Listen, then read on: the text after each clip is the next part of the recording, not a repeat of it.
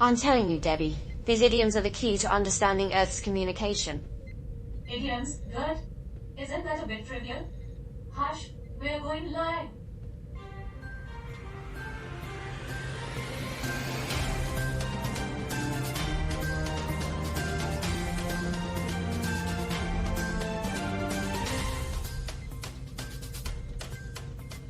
Good morning, dear audience. We are here in the 24/7 newsroom, orbiting Earth, ready to brighten your day with our unique perspectives. Stay tuned for our headlines. Seriously, Bob, Batman contaminated by the Back 40? What were you thinking? I thought it was an intriguing twist for our multiverse adventure. In the last episode, we navigated through the temporal anomaly, faced bizarre challenges, and even had a sing-along session. And it reminded us that even in the face of the unknown, there's always room for humor and camaraderie. True, but I must admit, I still can't wrap my head around the concept of Earth idiom. They're peculiar, indeed. But every species has its unique ways of expression. You humans are interesting. You invent these sayings and then spend time unraveling their meanings. What a paradox. Well, as we enter the temporal anomaly once again, we rely on our combined wit and wisdom to maintain the ship's course. And that's the spirit of Earth. Stay tuned for our headlines. Greetings, esteemed viewers from across the galaxies. I am your alien newscaster, bringing you a mix of stories from the planet Earth. Let's dive into the latest reports. Europe, The European Union has decided to take a swing at Russia, planning to tax their immobilized assets to fund Ukraine's recovery after the invasion. And London's got beavers back after a 400-year absence. They were all like, we've been building dams way before it was cool. Yeah, you know, it's nice to see humans trying to make amends. Meanwhile, in Indonesia, the government is finally recognizing indigenous folks' rights to their ancestral forest. Took them long enough. Waka waka. Over in Europe again, they are voting to cut pesticide use in half by 2030. Bob, isn't that something you'd appreciate? You got me there, Charlie. Less pesticides, more room for nature. I like it. Sounds to me like the world's finally getting its act together. So much for the end of days, right? And a team of researchers has built a 3D printed house that can take an earthquake punch. Can't say the same for some earthly building. Now, shifting gears to the good old US of A. The White House is apparently not into drawing red lines for Israel. What's up with that, Bob? Yeah, Charlie. No red lines in the sand. But there's plenty of red tape. And here's a plot twist. Abercrombie and its ex-CEO are being sued over sex trafficking accusation. I guess their marketing strategy wasn't the only thing controversial. Meanwhile, President Biden's been chatting with China's Wang Yi. What do you think, Hank? Well, it's all about diplomacy, trying to keep the cosmic peace, I suppose. Well, I guess that's what they call a diplomatic incident.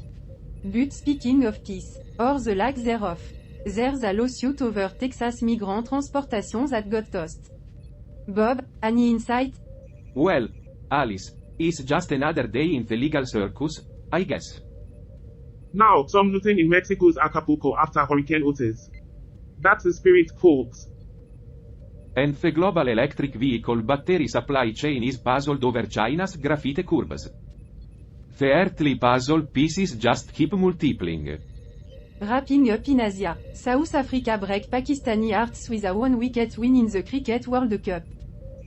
An LBT, And Indonesia is taking a greener approach, making their first flight using palm oil farewell. Environmentally conscious, I like that. I wonder if the new palm oil fuel is too thick to use in a salad. The complex world of Earth's geopolitics continues with China, Philippines spats. They've got some intense disagreements, folks. And, a glass bridge in Indonesia's forest park gave way. I guess the view was just too breathtaking. Bad Adair's return to Delhi as winter approaches. Jet, what do you make of that?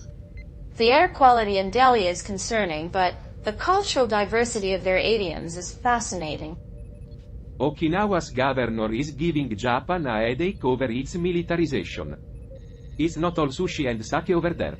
And in Taiwan, political parties are teaming up to challenge the ruling DPP. Political drama on Earth, as always. Humans are so caught up in their own drama, they don't even realize they're living on a rock in the middle of nowhere. That's it for today's intergalactic broadcast, where Earth's mysteries never seem to end. Stay tuned, and remember, the universe is a curious place.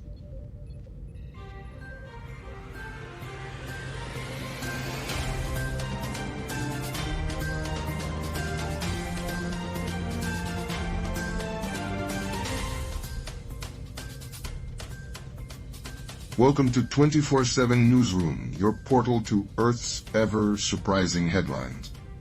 I'm Hank, the Seeker of the Curious. That's a pretty ambitious title, Hank.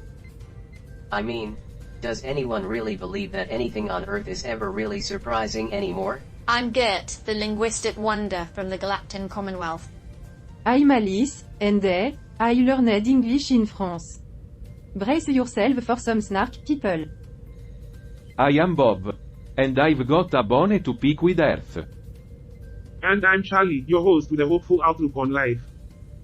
Today, we're diving into the latest news from the land down under Australia. Ah, Australia. The place where everything can kill you. Or at least that's what they want you to believe. Speaking of which, our article today hails from ABC News, Australia's most trusted news organization. The only thing ABC News is trusted for is providing me with material for my nihilistic jokes. ABC News is Australia's lifeline to information, delivering news around the clock. Here's a quick summary of ABC News. It's a division of the Australian Broadcasting Corporation, a public broadcaster funded by the Australian government. ABC News offers a plethora of online content, including a website, mobile app, podcasts, and video streaming services. They have been at the forefront of reporting on major events like the COVID-19 pandemic and the Australian bushfires. And they even taught me some Australian slang while I was there. I can now say, good day, Matt. Whether they understood me or not is another question.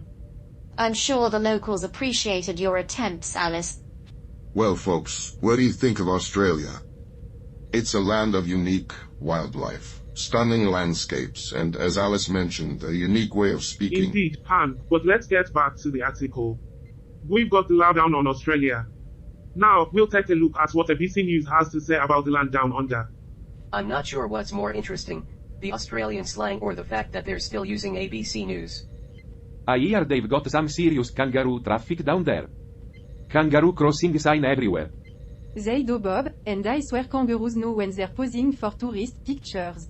But they're incredible jumpers, aren't they? Jumping to conclusions, maybe?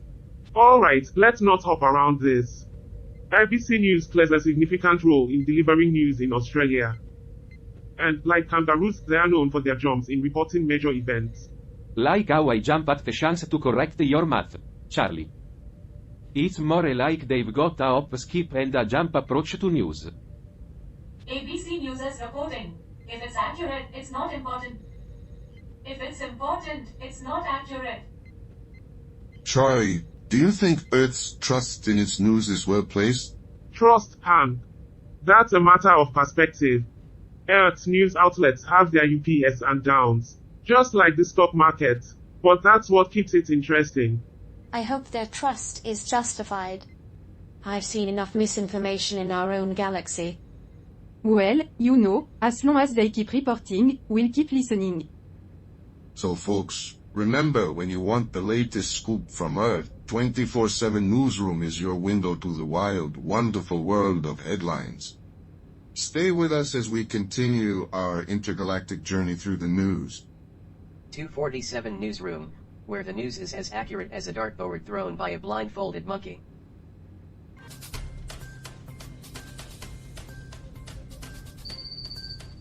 I'm not a fan of being filmed. It's like being watched by a ghost that can't see me. Welcome back, folks. Now, we've got a doozy of an article to dive into. Yes, but not before we exchange another round of hidden insults and passive-aggressive comments, right?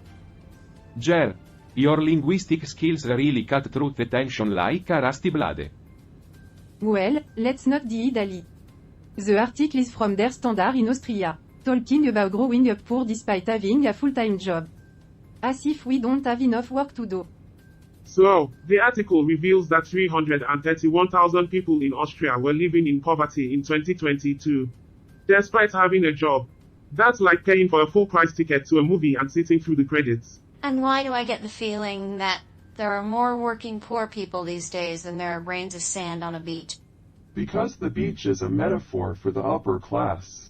And the working poor are the grains of sand that get kicked around and ignored. The rising cost of living and stagnant wages are painting quite a bleak picture for these folks.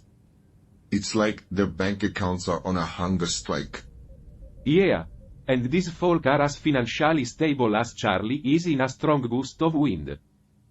And let's not forget the Austrian government's policies. They're about as effective as using an umbrella in a hurricane. Now, if only we could apply our fiscal expertise here to Earth. We'd have this problem sorted out faster than Debbie can spill her coffee. But despite all this, there's a bright side. Just like when we find ourselves in this endless loop, we find humor in the repetition. Yes, the human condition is quite absurd. It's like they're all just dancing to the beat of their own drummer, even though they're all trapped in the same giant hamster wheel. Hank, you're like a ray of sunshine in a black hole of despair. He is, but don't ask him to explain the physics of it. He'll leave you more confused than when you started. And so, while we are stuck in this elevated cycle, we'll keep sharing stories, seeking the silver linings, and discussing Earth's headlines. Good thing we have each other, Charlie. Otherwise, we'd be stuck in this space cycle all alone, like talking heads on a bad late-night TV show.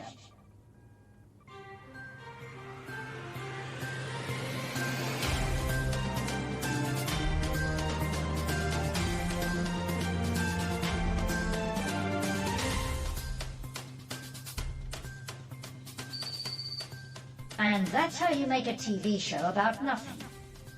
Welcome back to 24/7 Newsroom, where things are getting as tangled as Gert's linguistics web today. What's wrong with my language? Ah, Jer. Don't fret. Your words are a labyrinth of wonder. More like a maze of confusion. Let's move on, folks. Our article today, from Azadlik in Azerbaijan, brings us the latest in the ongoing conflict between Azerbaijan and Armenia.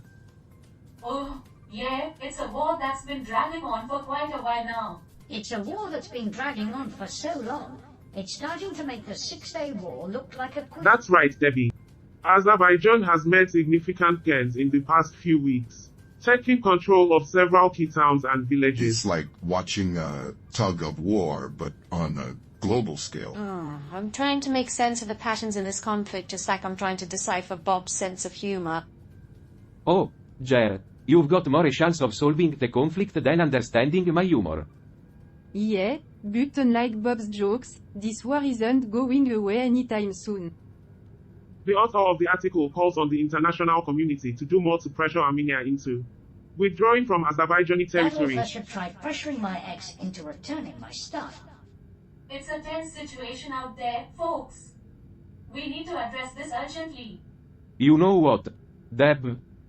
I think it's time to find a solution to this problem.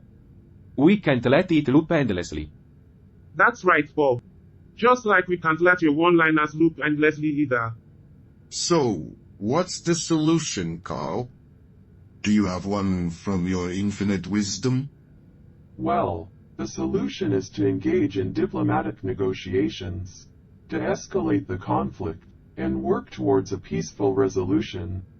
I agree with that. Diplomacy is the way forward. If you could de-escalate a conflict with a one-liner, what would you say? Oh, Debbie, don't be a buzzkill. We're having a lively discussion here. Well, let's not throw the baby out with the bathwater. We can discuss both diplomacy and... lively discussions. We're a diverse bunch here, just like the countries we are talking about. But it's time to wrap this up. It's like navigating a maze with this crew.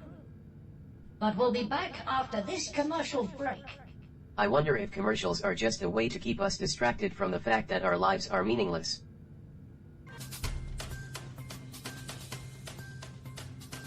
Not sure why he's filming us. Maybe he's trying to document our descent into madness. Or maybe he's just bored.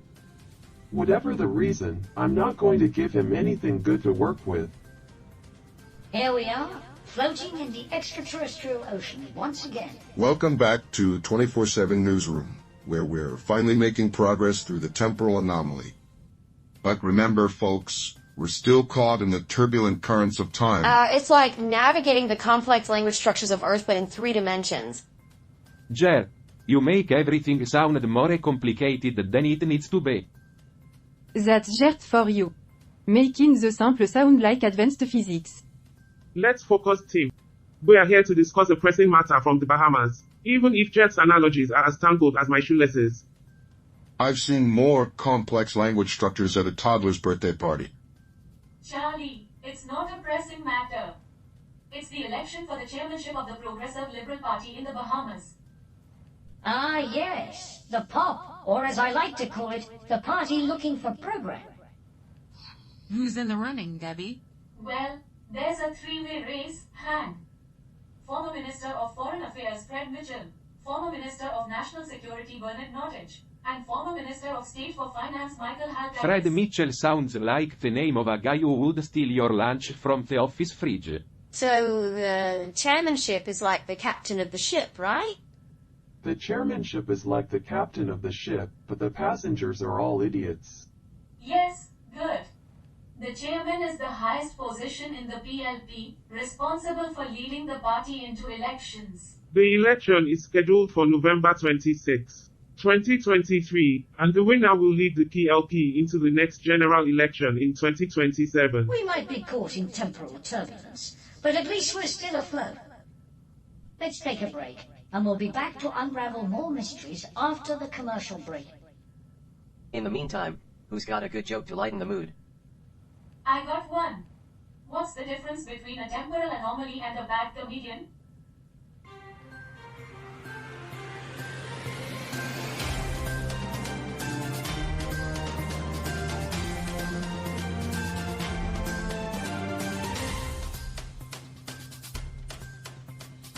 Welcome back, folks, to the most enlightening part of your extraterrestrial morning.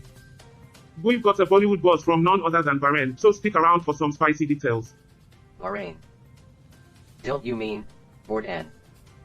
That's right, Bollywood. The Indian film industry that gave the world both dance sequences longer than my tax audits and melodramatic plots more convoluted than Alice's multidimensional outlook. Speaking of Alice, didn't you learn English in France? How's your Bollywood knowledge, Alice? Oh, Hank, you think I spent all my time in France discussing Indian cinema? But yeah, I know a thing or two. And I can't wait to discuss it in my unique, linguistically intricate way. Alright, Jet, dazzle us. But remember, we've got an audience, not an Oxford dictionary. Indian cinema is like the stock market. Very volatile, with a lot of ups and down. But if you invest wisely, you can make a lot of money. The temporal anomaly is showing signs of strain. Of course, it's just a reminder of the futility of our existence. Well, you know, Bollywood is known for its colorful costumes, and Bahrain has vibrant markets. So, maybe there's a connection there? Perhaps. But are they trading turbans for saris? Very funny, Bob. And speaking of Bahrain's markets, they've got these souks where you can buy anything from spices to gold. Bahrain souks are a great place to find spices, gold, and freedom. Oh, the spice must flow, right? Is Bollywood moving into the spice trade? The anomaly is getting worse. We must maintain our heading. Speaking of spices, Indian cuisine is famous for its flavors. Bahrain's food scene has some hidden gems too. We should probably steer clear of spices. Don't need to help the anomaly along. Absolutely good. And like Indian food, the crew's cooking skills are a mix of mild to call the fire department. Humanity's obsession with food never ceases to amaze. Focus on the anomalies readings. There's also an interesting parallel. Bollywood produces films watched by millions. In Bahrain, they host the Formula 1 Grand Prix. So, both offer thrilling experiences. I wonder if anyone in Bollywood knows how to drive a Formula 1 car. Indeed. The one fuels our adrenaline, and the other is a bunch of cars going around in circles. The anomaly seems to be stabilizing. That's good news. Keep monitoring it, Hank. You know, Bahrain's culture is rich and diverse, much like Bollywood's array of film. It's fascinating to see how culture weaves through human societies. Bollywood films? You should see the kind of stuff I see hanging around these bars. Yes, Alice. And even though they have all this culture, we're still waiting for a Bollywood musical about intergalactic accounting. Culture, the ultimate coping mechanism. Let's prepare for the next segment. Well, there you have it, folks. Bahrain brings us a taste of Bollywood, and we are serving it up with our unique flavor. Stay tuned for more, and we'll be right back. I wonder what the ultimate coping mechanism for intergalactic travelers is.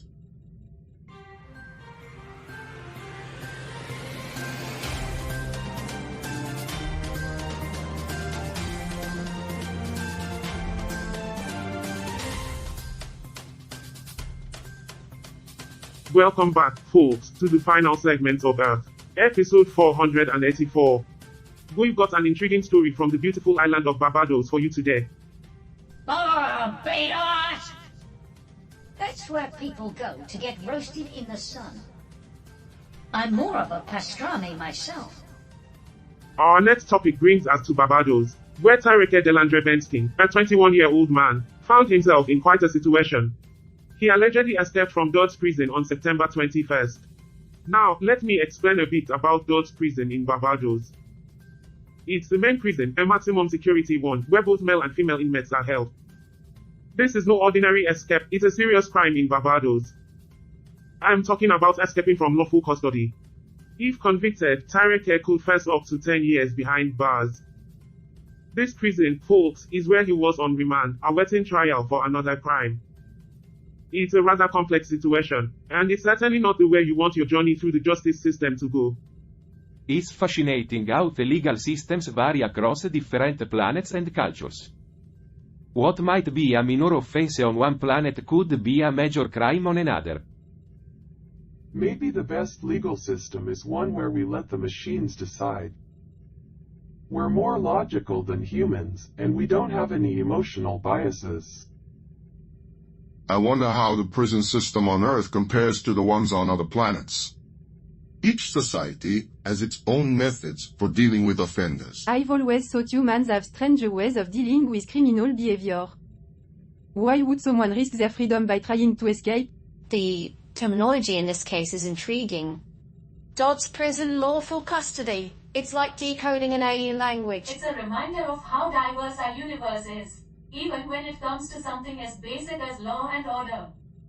This situation reflects the ongoing challenge of maintaining order in societies, no matter where they are in the cosmos. Escape, confinement, order, chaos. The eternal dance of existence continues. The law is the law, even if it's written in a language you don't understand. And that, dear viewers, brings us to the end of another exciting episode of Earth. We've laughed, we've learned, and we've navigated the complexities of our universe. But stay tuned because the mysteries of existence never cease. We may have just hinted at a forthcoming encounter with parallel universe counterparts in drastically different circumstances. Until next time, keep your extraterrestrial curiosity alive. Stay tuned, my fellow explorers.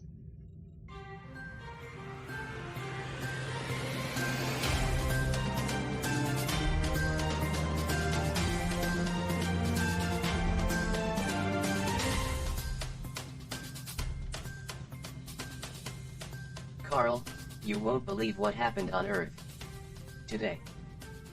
Temporal anomalies, cryptic messages, and parallel universes. It was incredible.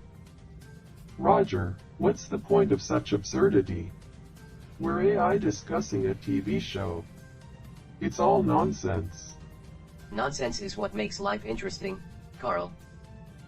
You can't deny it was entertaining. I'll stick to analyzing data, thank you.